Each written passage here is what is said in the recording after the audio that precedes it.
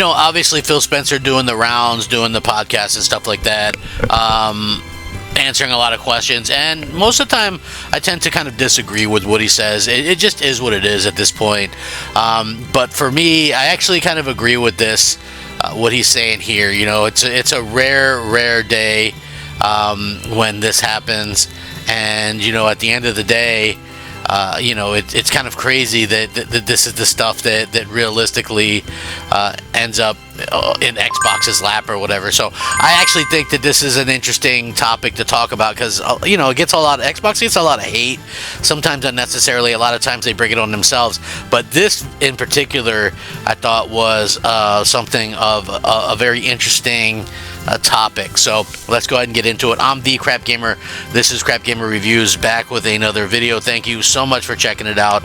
I really do appreciate it. Please like, share, subscribe. I would appreciate that. I do daily gaming content, and you know what? I have fun with it, so if you guys are enjoying the content, let me know. And, at the end of the day, we'll see what happens. So, again, I just appreciate it that the channel is growing ever so slowly. So anyway, here's the thing, right? I own an Xbox Series X, and it's a great console, right? It's, it is really a good console. Yeah, there's some things in there that you can look at and you can go, okay, well, I wish they would have done this, or this. But at the same time, I really do feel like it was innovative. Yeah, I would have liked maybe a new UI and a different controller or what have you, but it's a really good console. The auto HDR, it had some backwards compatibility. It's honestly just a really beast of a machine, and I can certainly appreciate that.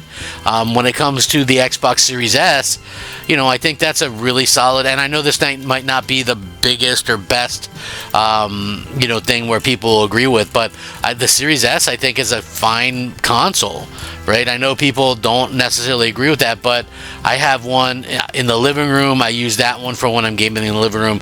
I keep the Series X in my room and game in there. Now, what's interesting is, recently I had been playing through Indiana Jones. I beat Indiana Jones. Great game, probably the best game out on Xbox in a very, very long time. And I beat that majorly on the Xbox Series S, and it looked great and it played great. 60 frames. I didn't have any issues. Everything looked great. Sharing screenshots on X and all that kind of stuff. But a lot of people still dislike it. I think the thing is like, when you get some of these developers who haven't had a lot of experience developing games or whatever, they tend to have some problems with the Series S.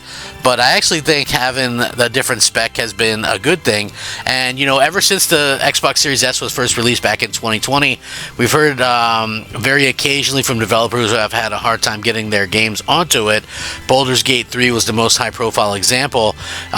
Maybe Black Myth Wukong, we'll see how that works out. But during that saga, it was mentioned that Xbox had a parity clause in place for the Series S and X, which essentially meant that features couldn't be removed for the smaller console. A one-off exception was eventually made in Baldur's Gate 3, which, again, ended up working out well for everybody because people got the actual game and stuff like that. And I thought that was really cool. I just think that, when we look at how the Xbox Series S is, I think it's a grand little console, and I can understand why they went with that. Speaking in an interview this past week, Microsoft gaming CEO Phil Spencer dismissed the idea of removing the parity clause entirely, suggesting instead that the Series S has become more important than ever for developers to target because of the wide variety of devices that are available on the market these days. Here's what he had to say about it. He got asked, would you ever consider dropping or adjusting the Xbox Series S parity clauses with the Xbox Series X, those sort of requirements? Some developers have brought up difficulty optimizing for the Series S. Can you tell us any more about the plans there? Phil Spencer's response, and I quote, I think about it in almost exactly the opposite way right now. With the rise of handheld PCs and even the introduction so far of the Switch 2, as developers we're building on more device spec. I actually think we have a real advantage because we've been targeting the Series S for quite a while. So when we look at a Steam Deck or a ROG Ally or something like that, we've got this Series S version of the game that's more tailored to the device spec than a lot of devices that frankly are getting introduced right now.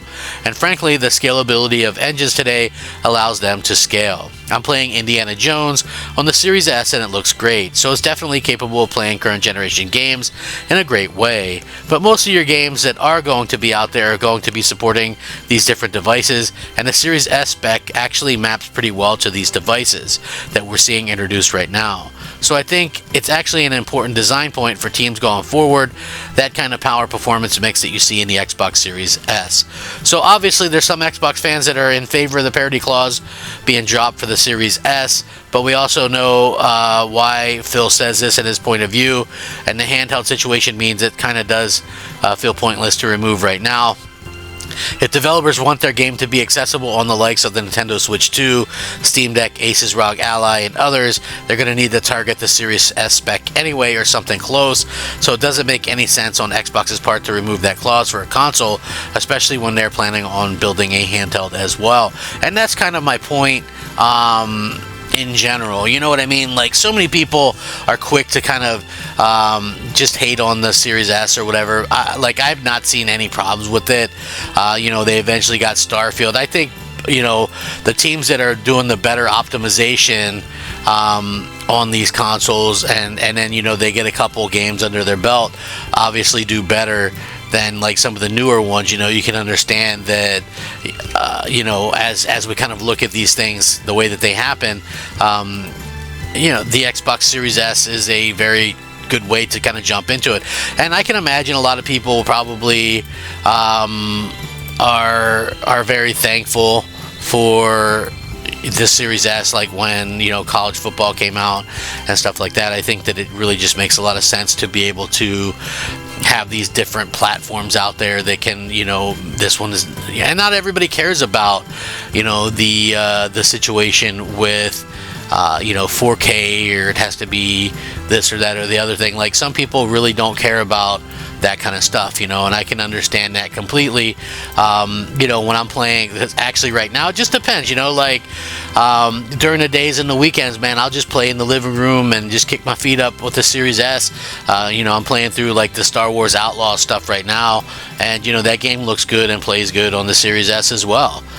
So it's like, if games are playing well, and I don't see why they would want to, stop that. Why? Like, how would you feel? I get it that it's not a $500 console like the Series S or anything, or Series X, but people still pay $300 for this thing, and they want to be able to play the games that come out this generation for it. So I think that is probably the biggest idea from behind this, and again, I do really think that it's very smart to kind of do this in the way that they've actually been able to kind of handle it, and maybe we'll get even more in the future from this, you know what I mean? Because I think if you do have a handheld, and I'm sure Microsoft, they've already said they plan on supporting the Switch 2, which is supposedly a PS4 power situation. So if that's the case, then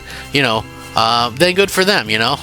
They'll be able to kind of support it. They already have the lower spec to kind of jump in and do that with, and I think people will probably be pretty receptive to it. At the end of the day, Microsoft is going to do what Microsoft wants to do. There's not really much that we can say or do to kind of change their minds. I guess even if we decided to en masse not buy their next console and nobody buys it, they're still going to do what they're going to want to do.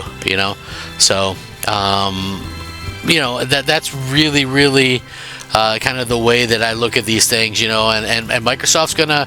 I wouldn't even really put it past Microsoft to like support, let Sony buy exclusivity or something, or marketing rights on something. I wouldn't put it past them at all to do that, to be honest with you. And I know people look at me crazy, but Microsoft wants to make money. So if Sony were to offer them money to do something, I think they would probably do it. Just like with like Call of Duty, I could definitely see Microsoft doing a deal with Sony for Call of Duty. Maybe not for content, but marketing rights and something along those lines. Do a bundle or something, because the more copies of Call of Duty that sell, the better for Microsoft, you know. So it is a weird situation that we find ourselves in, but I'm very interested to see how this all works out.